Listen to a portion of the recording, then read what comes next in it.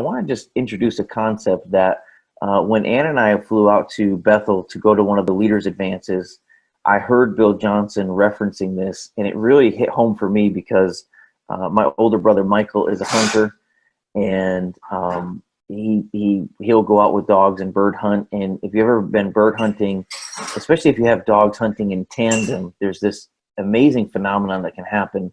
And what they'll do is, if one dog is running through the meadow looking to pick up the scent of the birds and finds a scent of where the ducks are or where the birds are, they will stop dead in their tracks, and they will lift their front paw and lift their back paw simultaneously to point in the direction of where they're picking up on that scent. The other dog that's hunting in tandem with them could be 20 or 30 yards away, sniffing through a different part of the meadow. But if they will see the other dog stop, they will stop and honor the point and point in the same direction that that other dog is, saying they picked up on something. And what Bill's comment was, the term is called honor the point. That dog is picking up on something the other dog hasn't even smelt or verified, but they're trusting, they're honoring the point, saying there's something over there. We should honor that. And the whole concept is, if the animal kingdom can get that right, how about the kingdom of God? Like, what if you are the one leading a meeting and someone else comes up with an idea and they are hearing from God, or the Holy Spirit is speaking through them in a creative way, in an idea that you've never thought of, a concept you've never considered, and you have to at times honor the point and say, you know what, I never thought about that, but I really think God is speaking through so-and-so, and you can honor the point. And the more you do that, you create a safe environment that fosters more and more innovation. People are, not that you have to say yes to everything. I'll tell you a story before we close on a thing that I should have said no to, an idea from some young leaders that cost us dearly. But I wanted to try to honor the point and see what would happen, and it cost us. But I remember being in a meeting, and Chelsea Phillips, many of you know, she's a worship leader and songwriter. She was one of our worship leaders at EGC at the time. She was also a graphic designer. And in a meeting, she threw out an idea, and she said, I think we should have this person, Havila Cunnington, come to the church. I didn't know Havila, wasn't really familiar with her, had heard her name a little bit connected to Bethel. But it was one of those moments where someone brought up an idea I hadn't really thought of, and it kind of pinged in my spirit.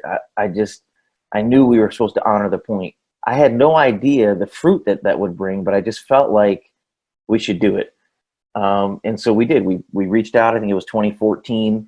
About a year later, Havila came, did an amazing event for all of our young people and for even just the church family, our elders, and just made an incredible deposit at EGC. That led to an ongoing friendship with her and her husband. That led to her writing a foreword for my book. That led to her coming next year to the Oasis Conference in 2020. And it all came from an idea in a meeting. I had no idea when we honored the point in that way what would have happened. The idea of honoring the point, you don't know how it's going to bear fruit. You really don't know what's going to happen. You just have to, when that little twinge on the inside from the Holy Spirit says, pause, don't steamroll that comment, make room for these questions. So I wrote a blog recently on 3 reasons why we don't get feedback from our team. And we have to be constantly getting feedback from our team, because when you honor the point, God will honor that moment. One of the ways that I was amazed hearing about Walt Disney and how he did this, he not only honored the point from his people, but he honored the God-given wiring and design of his staff and his leaders, which is wild to think, because from what I know, Disney was not a Christ follower, but the guy was a serial innovator, entrepreneur. I mean, Disney is known for creativity. Whether or not a lot of Christian groups like what Disney is producing is not the question. The issue is it is an incredibly creative and innovative environment. And what Walt Disney would do is he would find out how his team was wired, as far as who are the rapid pace decision makers, who are the creatives, who are the implementers, who are the ones that are really, really critical, but their voice needs to be heard so that we don't drive off a cliff. As a young leader, I made the mistake of wanting creativity and getting everybody in a room and just thinking that we could have a brainstorming session and we would produce creative ideas. The problem is, when you get everyone in the room, you get every mixture of people in the room. And Walt Disney knew that there is a different conversation in a different season, in a different meeting needed for conceiving, for buy-in, and for the actual birthing and rolling out process. And so the dreamers on his team, the super creatives, he would actually rate them from 7 to 10. He would have a meeting with them in the blue room. It was the biggest room in Disney. And you could only be in that room if you were ranked 7 to 10 on this thinking wavelength wiring. He was trying to honor the way people naturally were creative. And in this session, they could dream up all kinds of ideas, crazy ideas. It didn't matter what it was going to cost. Didn't matter if they think it was possible or impossible. And he would take those ideas from the dreamers, and then he would move it to another room, which was the realist room. And this was the people that he scored between 4 and 6 on a 0 to 10 creativity chart. The 7 to 10s were in the dreamer room. The 4 to 6 were in the realist room. And the realist, he would say, okay, here's what our creatives dreamt up.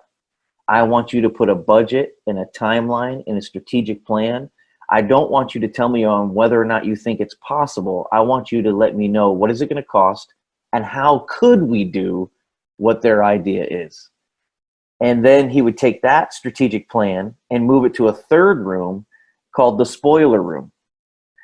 And this was the people that were on the 0 to 3 kind of thinking wavelength, and they were the critics. It was like putting your baby in front of the firing squad of critical thinkers. And he would basically say to the spoilers, I want you to try to kill this idea. If you can find a legitimate reason why we should not go to production with this, I'm going to kill it. But if an idea could survive the spoiler room, it went to production. It went from the creative dreamers to the practical implementers to the creative and analyzers. And if it could survive all 3 rooms, he knew this product is probably going to make it. And so they would produce it. And so one of the things that I learned was a lot of times trying to foster innovation, I tried to do it all at once. And some of you have led meetings where you know it's a nightmare to do that. You don't have to have them all in the same room at the same time. You could have a person asking the right question in the wrong meeting. You could have the right person at the wrong table. And so there's a process to fostering innovation that I think is really important for us to recognize. How many of you have tried to push for creativity, but you realize you had the wrong people in the room? Me. Yeah, totally. I mean, I think it's so hard to find the right mix of people around a table, especially when you're trying to foster innovation, to get people who are who have done it all this while, who are the implementers, and they feel they need to be at the table. I think they do need to be at the table. I just think we have to develop a culture where they are at the table at the right time. Exactly. They're not the midwife trying to be there to help birth this thing. They need to be there at a different season. Yeah. And because I would find myself trying to defend the creatives, like, don't kill them, because I knew the harsh feedback from other team members was just going to shut down any kind of vulnerability. But I also knew that the realists, the pragmatists were like, there's no way. You can read the body language, the eye roll, or sometimes your middle management people, sometimes your people that are kind of in between, they translate the world of the creative and the pragmatist. They're computing how much work it's going to take. And they are thinking about valid things like budget and timetables. And so you're seeing them. I'd sit in meetings and we'd be talking about amazing ideas. And I'd watch certain people get more and more depressed because all they were calculating was the new work that was going to be put on their plate. It didn't matter if it was going to affect the mission. Didn't matter if it was going to touch people. They were just so burnt out that it was the right person at the wrong table. And Andy Stanley says over and over that leaders have to answer the question, who should be sitting at this table? Who should be a part of this conversation? And I think I got so regimented many times that this is our creative team or this is our operational team. At times, I really need to hand select people to have conversations and then bring those agenda items to teams after they were discussed in a safer environment. I was just going to jump in and say sometimes I've been the wrong person. And so I think that's something that as leaders we have to be conscious of is I had to learn over the years that because I'm one of those people who kind of thinks both wavelengths. I like to be creative, but I also think a lot about details and budgets and that kind of stuff. And so sometimes I have to like purposely put that stuff on pause and just let the idea play out in the room kind of thing, and try not to shoot things down. And I've had some people suggest some crazy ideas, and I've learned as time has gone on, don't squash that crazy idea right from the beginning, because even though we may not end up with that idea, it may lead us to other things that are really helpful and really good ideas. So just learning when to put the brakes on yourself and really let things just kind of transpire in the room, and I think is really important. And it's getting a new voice to have the courage to actually speak into a team when there are some pillars in the room that have done it for a long time. You as a leader kind of have to create a pocket for them that is safe. But I also, because I had a really young staff at EGC, a lot of times I was more intuitively the dreamer, but intentionally I had to be the pragmatist, because I felt like I had to be the adult in the room, but I really kind of wanted to just be a creative. And so there were times where I had to discipline myself, like you said, Chris, not to chime in right away. I remember my basketball coach, he would get so frustrated sometimes of us not passing the ball enough and shooting too quickly. So he'd say, I do not want to see a shot taken until the ball's passed at least 3 times, or something like that. And so I kind of had that in my mind in meetings, that until there were at least 3 comments made from team members, I didn't want to weigh in and talk about it, because I knew my voice carried more weight, and I'd shut the conversation down. And there were times, man, where I really wanted to chime in, and I had to like say, okay, 1, 2. It was just a tool for me where it just helped me from not being too quick on the trigger. Yeah, that's good. I was just going to say, there have been times where I can tell that people are waiting for me to chime in, and I purposely just kept waiting and then made them talk it out a little bit. Great comment. On that point there, I found, and I don't know how many people have read Sticky Teams or Sticky Church. One of the things that especially changed the way our elder meetings went, because it was trying to get them to be more pastoral and hands-on rather than just a board function. We found that the moment we shifted where the table discussion was happening, not in a church office, in a back room, we started meeting on couches in living rooms, and it just made for the, like you said, that, hey, what are some of the crazy ideas, and whereas when you put it around a table, the moment everyone gets into business mode, and they're less likely. So sometimes it was just the environment also that needed to be changed. But also the other thing that I thought was useful from what you were saying was sometimes as the senior leader, us being at the table is to echo what Chris was saying.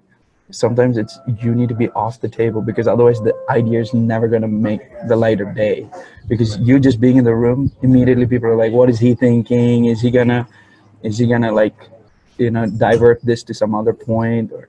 And for people to trust that you're not going to do that with their ideas when you're just hearing them out, I think.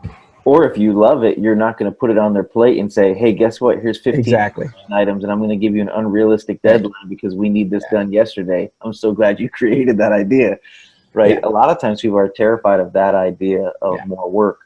I'm not sure how many of you ever heard the story of the Discovery Channel, how it basically was going to go bankrupt. The Discovery Channel was not going to make it. And a creative idea came up. How about Shark Week? Like, how about we do a whole week about sharks? People are terrified of sharks. Like, we should do that. And people thought it was the craziest idea. Like, why would we ever? And then they did it. And Shark Week single-handedly kept the Discovery Channel alive because of how widely popular. And now, every year they do Shark Week. And I don't know why we all watch it before we go on vacation to the beach, but we do. Like, my sister's glued to it. And I'm like, stop watching Shark Week before we go to the beach. But that one idea that people laughed at, somebody had the courage to honor the point, and it actually saved the whole company, which is amazing. I want to share this other idea too of how do you steward innovation. There is a process that I really believe is a biblical principle of stewardship that applies to so many cultural things, but innovation, this is one of them. And really, there's 4 steps to this process. The first step is I would write on a piece of paper. In fact, someone taught me this on a napkin, and it's one of the greatest things that was handed to me. He wrote the word understanding. Understanding. This is the cycle of stewardship, and it's actually a supernatural process. It's not just because God blesses it when we do this. Understanding.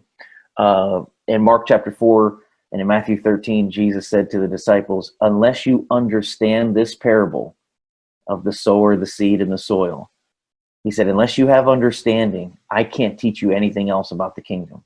What an amazing statement. Unless you grasp this, I can't build onto anything else. And understanding is the first step towards cultural progress, momentum, and innovation. You've got to get everybody on the same page. There has to be clarity. We've got to be speaking the same language.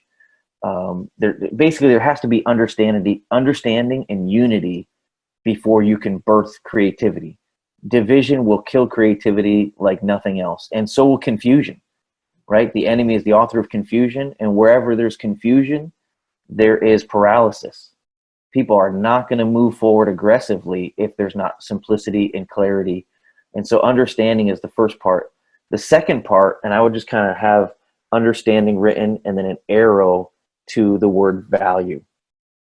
Once there's understanding on a team, then you can have value. I can't value what I don't understand.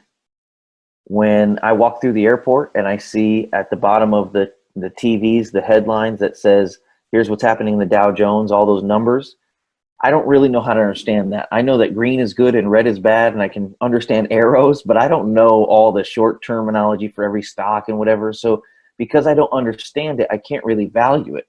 Whereas a banker could be sitting next to me waiting for a flight, and he's about ready to go throw up, where I'm just kind of looking at the screen kind of oblivious, because there's not an understanding there. I can't value it. Growing up, I was one of 6 kids, and so we had 3 boys, 3 girls, kind of a wild house. And one time my mom had the courage of bringing this kitten home. Well, I was a young kid. We had never been around a little cat. And this kitten, Austin, she let my brothers and I basically take care of it. Well, we'd lay in bed at night throwing Austin like a football from bed to bed. You know what I mean? And it was, you can just picture the cat with all arms and legs sprawled out in the air, you know. We didn't understand how you were supposed to treat a cat, so we didn't value it, right? And the next thing from valuing is protecting. Whatever I value, I'm going to protect. So I would draw an arrow to the word protect.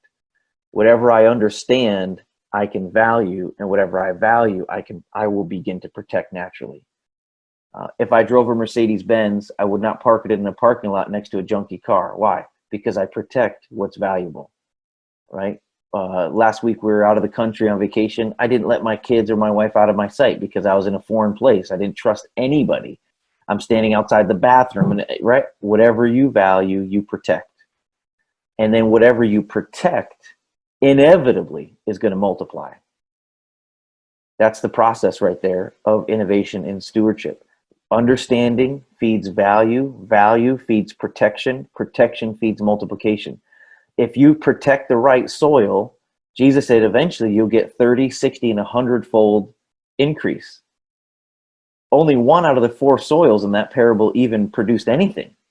But to get 30, 60, and 100-fold, that's supernatural. That's like my natural stewardship facilitated a moment where God could pour out favor. That's why you see things happen.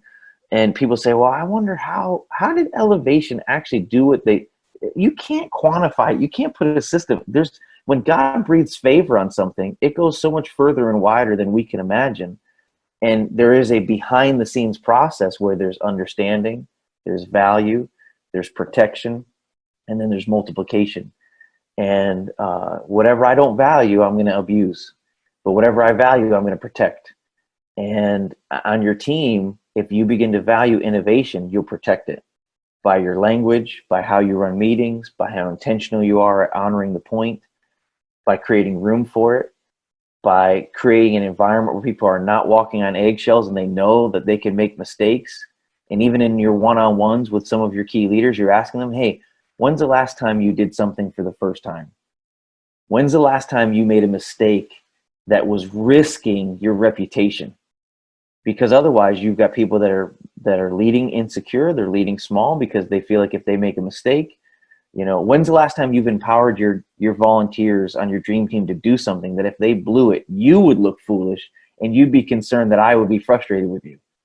Those are the kind of questions you want to feed down the line into the culture to make sure that aggressive innovation is happening. Because I used to think, and it's, I think, a deceptive thing, that creative innovation happens in meetings and in rooms. A lot of the stuff happens on the front lines. And if people don't feel empowered to call an audible or to adjust the play a little bit for the situation, you can stifle innovation by thinking somehow it's got to come from the white ivory tower or from the senior leader or from the elders or from the paid staff. Much of the innovation, Lee Cockrell, the guy that was the VP at Disney for operations, 16 years.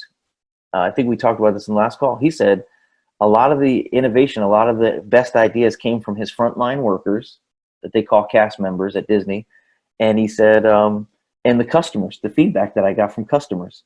He said, the people on the ground have the best solutions to the problems that you're frustrated with. And you have got to find a way to mine that out of them. You've got to find a way to draw that feedback. But I want to share two more things, and then we're going to get ready to go into our questions and discussion time. A lot of times leaders will ask me, how do I know if my team is getting it? Like, how do I know if the leader over kids ministry, if my worship leader, my youth leader, if they're getting the culture of creativity and innovation and change I'm trying to put in them? And I would say this, when it comes to correcting people, and this is I didn't have this philosophy always, but now I really do believe this. If you have good people doing certain jobs, you don't need to correct them on obvious things. When you come around, they don't need to know that there's a mental checklist in a clipboard in your head of, hey, that transition didn't go really well, or hey, how come there's nobody at the kids check-in, when they may have been up all night calling people and people called out sick. Like, if you have a competent leader, don't criticize them or correct them on the obvious things. If they're a leader that you trust, they see it too. But where you should nitpick is when it comes to culture. One of the things I picked up from Church of the Highlands, when their lead team, and now they've got 20 campuses, and so they visit and check in and kind of do quality control.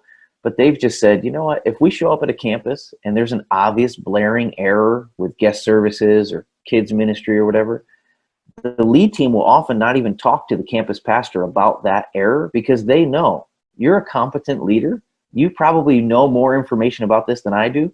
And I'm just annoying you and frustrating you by talking to you about something you already see and know and already are probably trying to fix.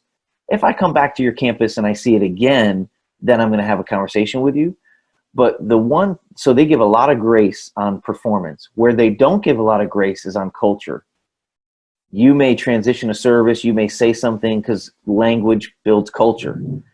If you are 98% on but 2% off, they're going to correct that 2% every time. When it comes to culture, they will nitpick to death, because culture is what breeds life into your ministry.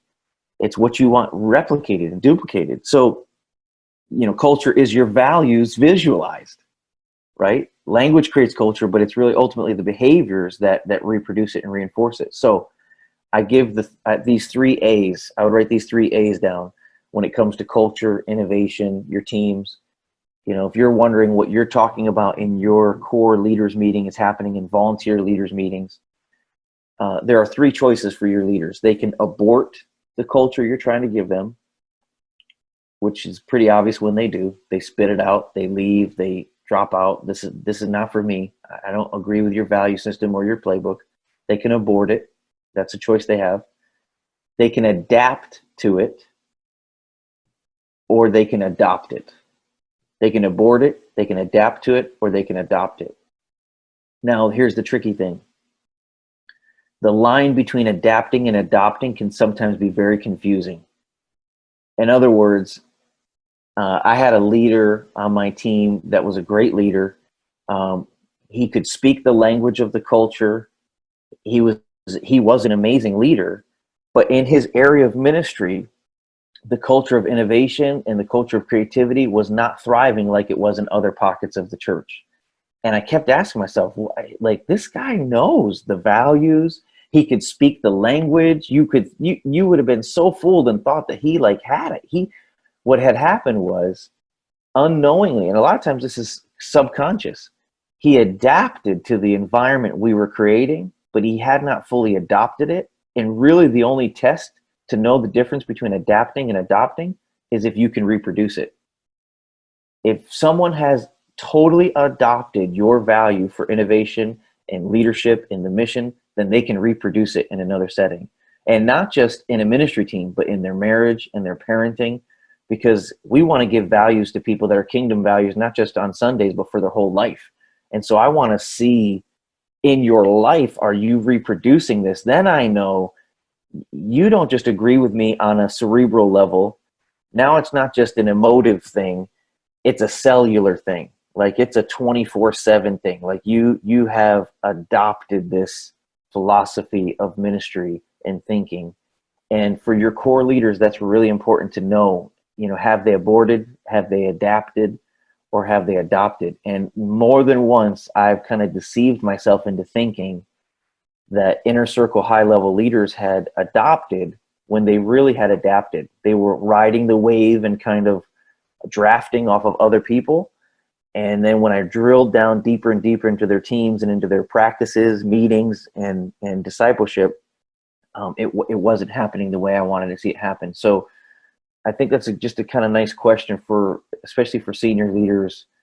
Is what I'm trying to produce going down to the second, third, fourth generation, layers of the soil? I don't want it just at the surface because we're just going to bear fruit for a little while. I want to go deeper.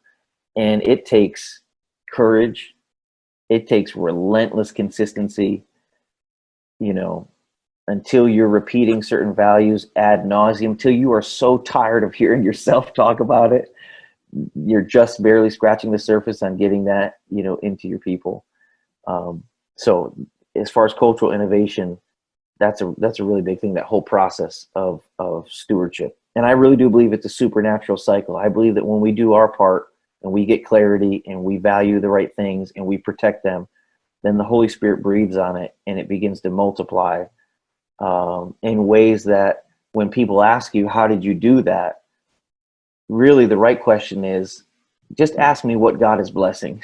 Ask me what God is kissing with his favor and grace. I'll tell you what I try to do to set it up, but ultimately he's the one that brought the multiplication. And then, so I said that I'd tell you guys a change or experiment I should not have done. There was a creative meeting that happened.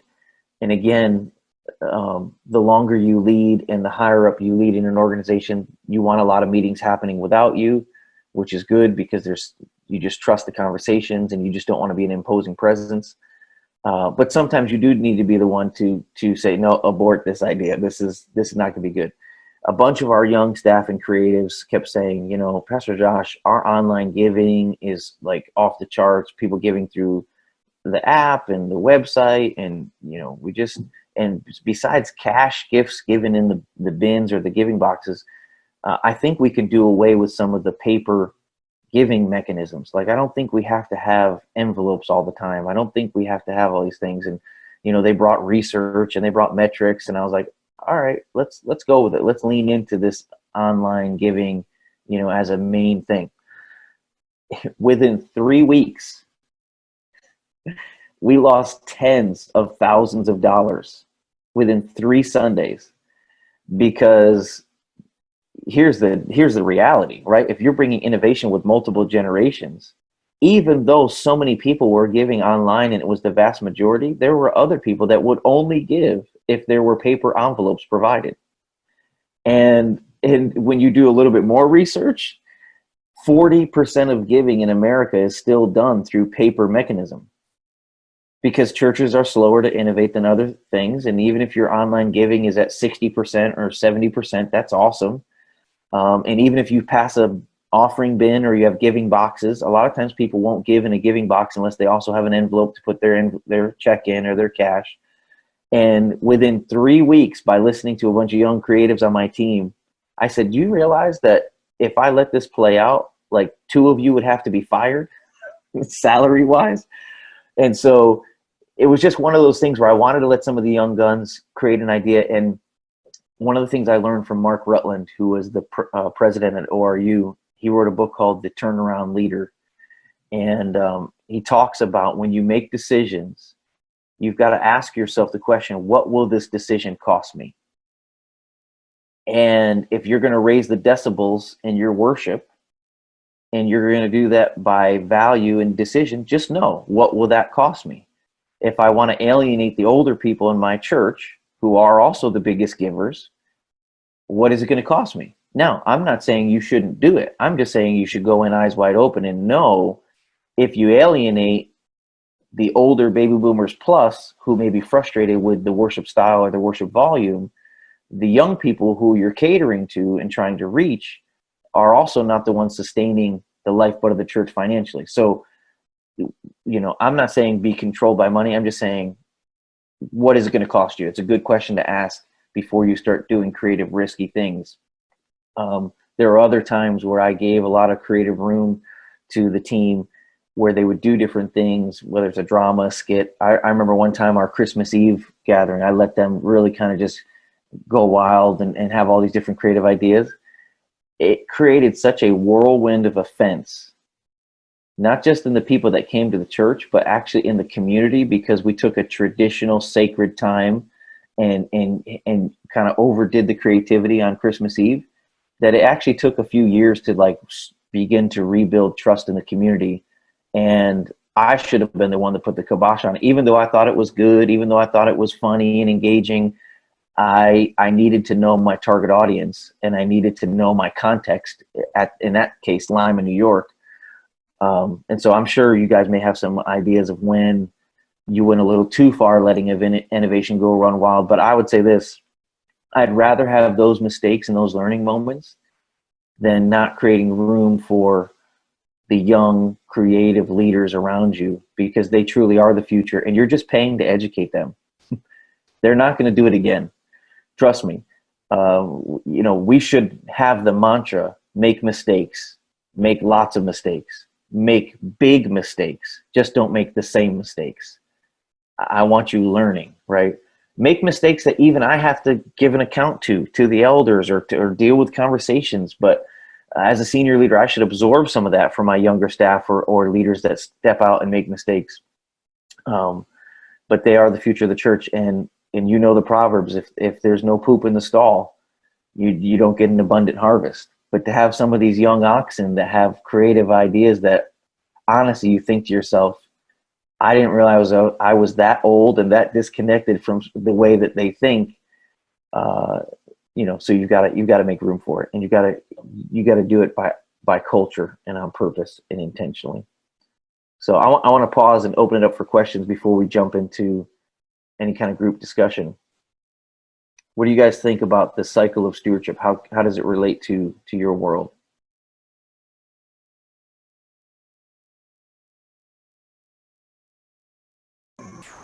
I mean, I found it really useful to find out what is worth valuing. I mean, it's taken about 5 years to figure that out. Taking some of the things from the previous session, how do you honor what has gone before appropriately, and at the same time helping things transition? What are things that needed a funeral? Understanding what are those things versus what are the things that need to be overhauled, because there were lots of things like that. So the distinction between overhaul versus funeral was where we had to make an understanding of what is key, what do we value, again, the cost factor, what is it going to cost us. So I think we've now reached what we truly value, but it's now, I think the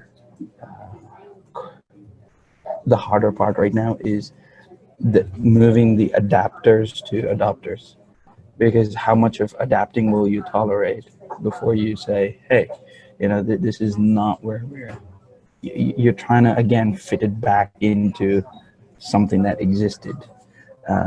So yeah, I mean, I don't know how you could speak It's to real. that, but It's a real tension, especially when everywhere you look, you feel like there needs to be overhauls. So you have to begin to prioritize and say, okay, which ones can I go after? Which ones are the most important?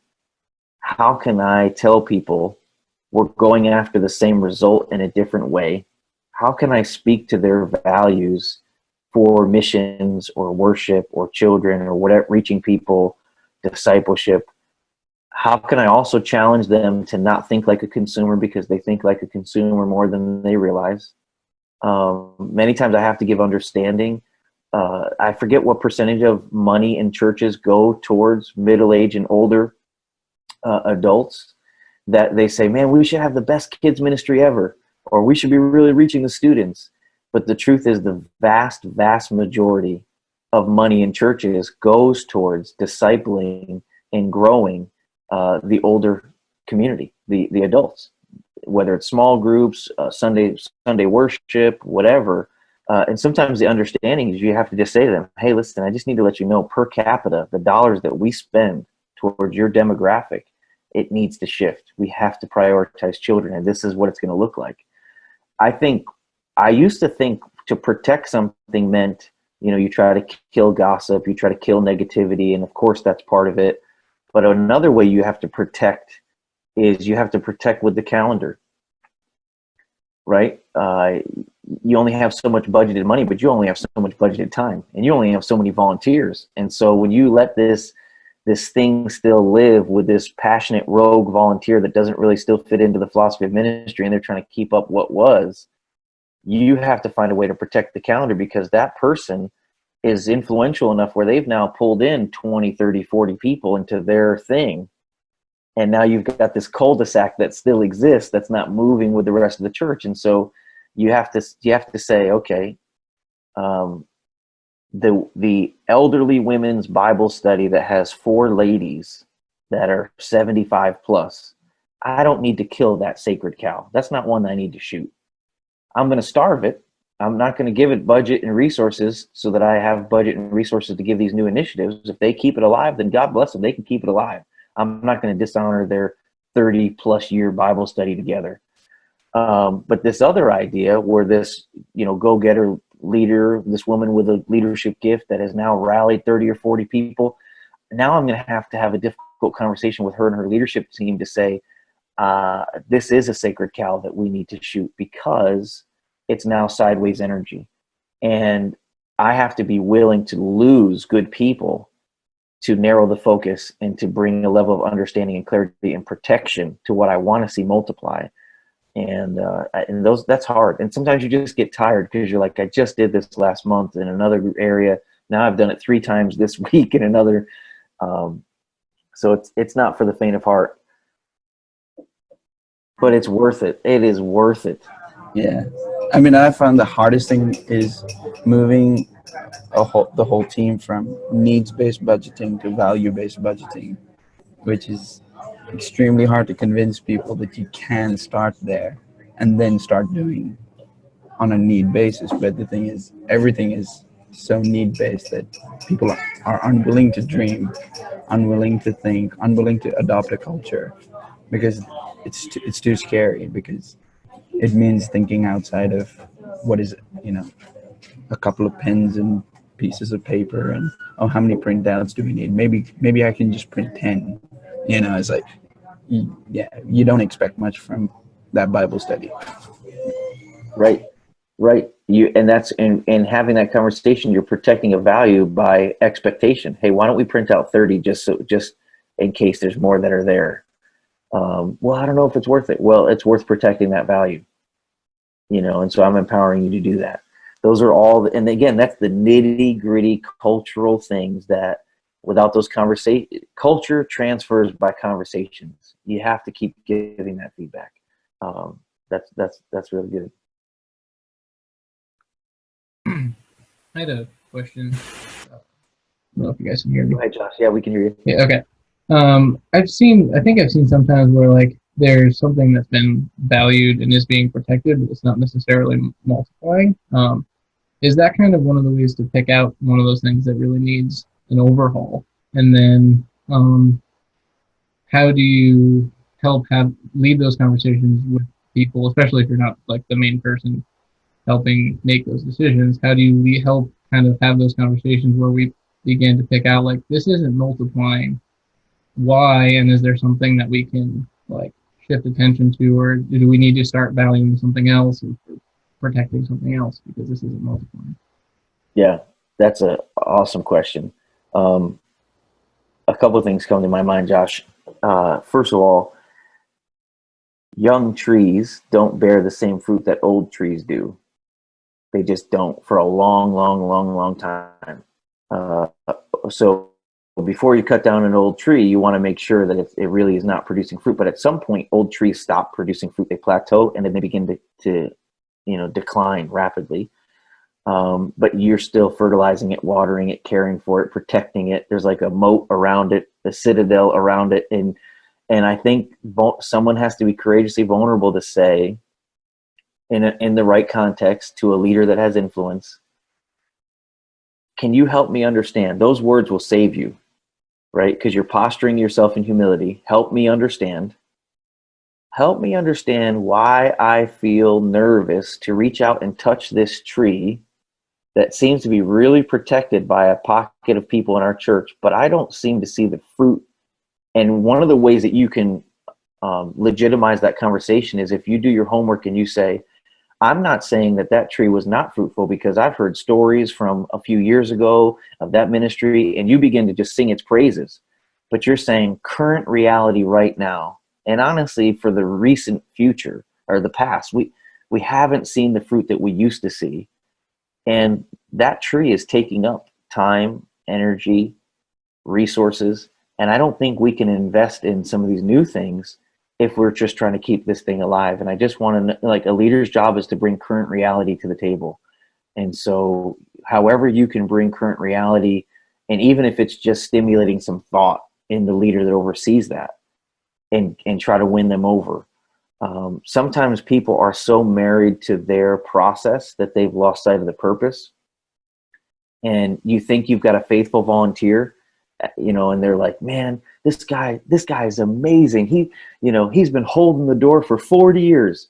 But then the moment you ask him to stop shaking people's hands and just open the door for people, because people don't like to be touched as much coming in the door, and they blow a gasket, you realize, oh my gosh, it wasn't that I had the most faithful person or servant-minded person. I had somebody that loved shaking hands at the door or handing out the hot dog at the kids event. But the moment I changed up the thing, they manifest on me. And so I think acknowledging the fruit that the old tree did bring at one time is really valid. But I think it just all starts with conversations. Trust. Hey, help me understand. You're posturing yourself in humility. And then you're being brave and saying, I don't think we're being honest. I think we're looking through rose-colored glasses at this issue. Why is that? Are we afraid of offending Sister So-and-so that started it?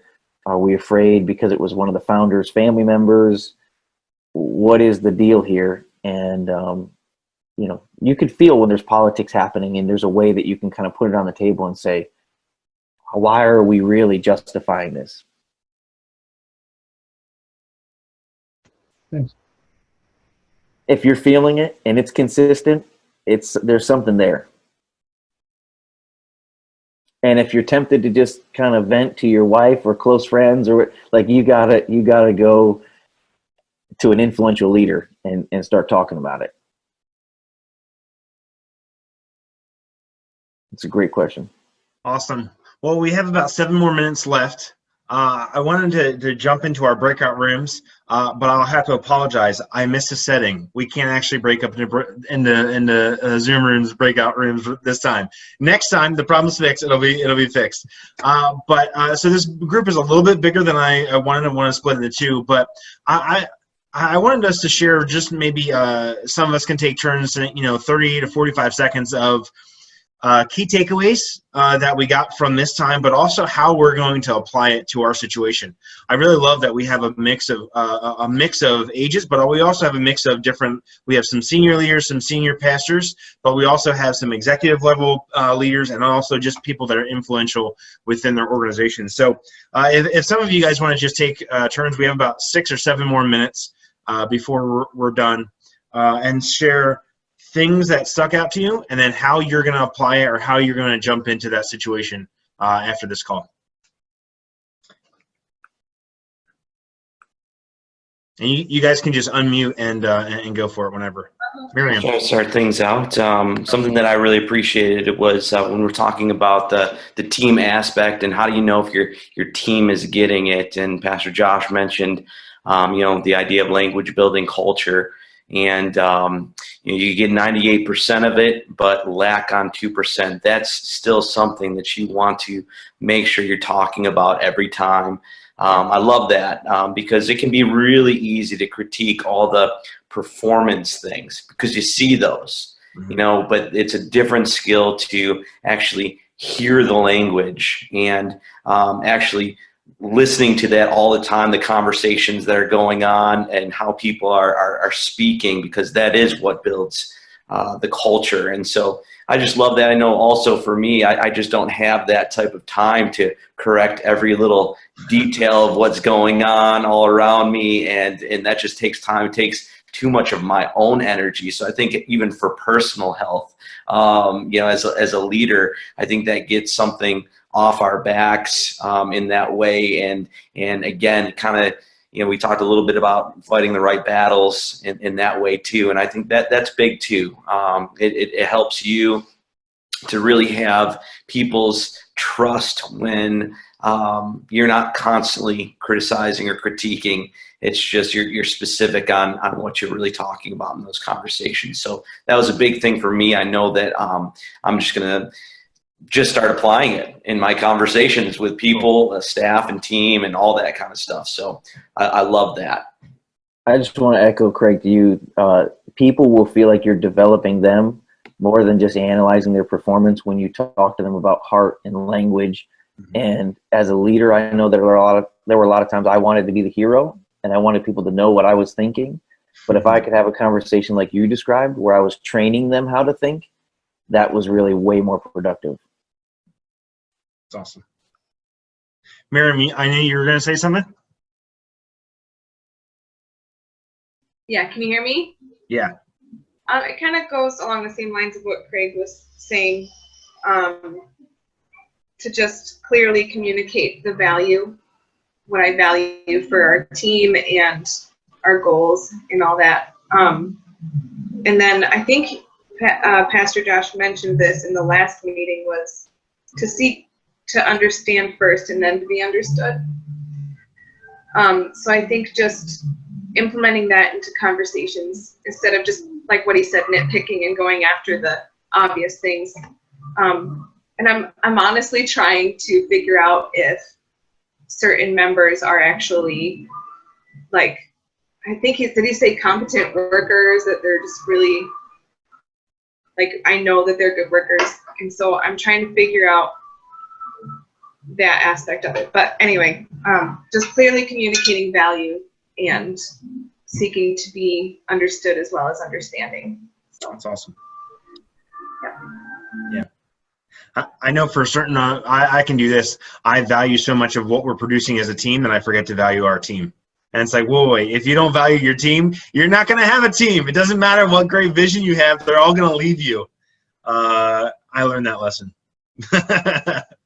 Yeah, I think everyone's kind of saying this as well, but how when you're so engaged in the process of what you're trying to achieve, you sometimes notice everything, especially if that's kind of partly what makes you a leader too. You notice stuff.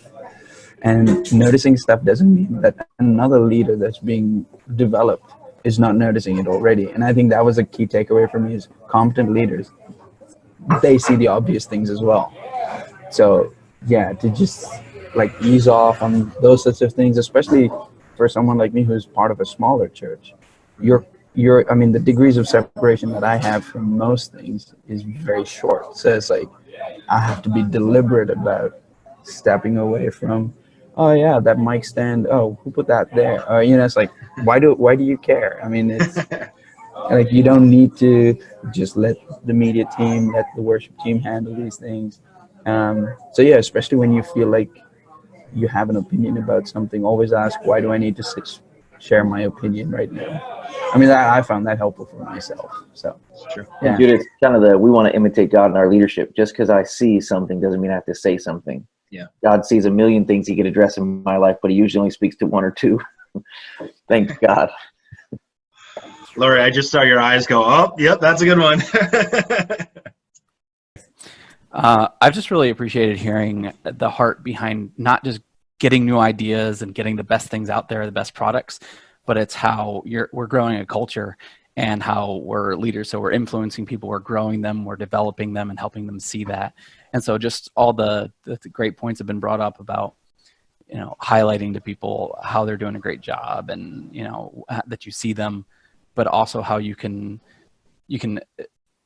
what is it? The Disney story, how you're like, hey, I think you're a great creative person, or you're a great criticizer in an awesome way, bringing people to the table, not just to get your ideas out or just to get better things out to get more people, but because we care about kingdom things, about discipling people and growing the kingdom and growing people. And that's what it's about. So I've loved hearing all the stories and all the ideas, how that all fits together. And it's just really impacting the way I'm actually going to be walking into conversations with people as well as meetings and just seeing my own input towards it as well.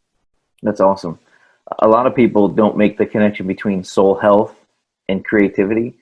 But if you're not healthy in your soul, you cannot foster an environment of innovation and creativity because you can't move in courageous deference. Yeah. And I've heard John Maxwell, so many other leaders say, I don't want to be the smartest person in the room. And they're not just saying it principally, they mean it. If you're the smartest person in the room, if you're always going with your ideas, then you need other leaders in the room that can lead bigger than you in that way. And that takes you to have a certain level of emotional health in your soul, right?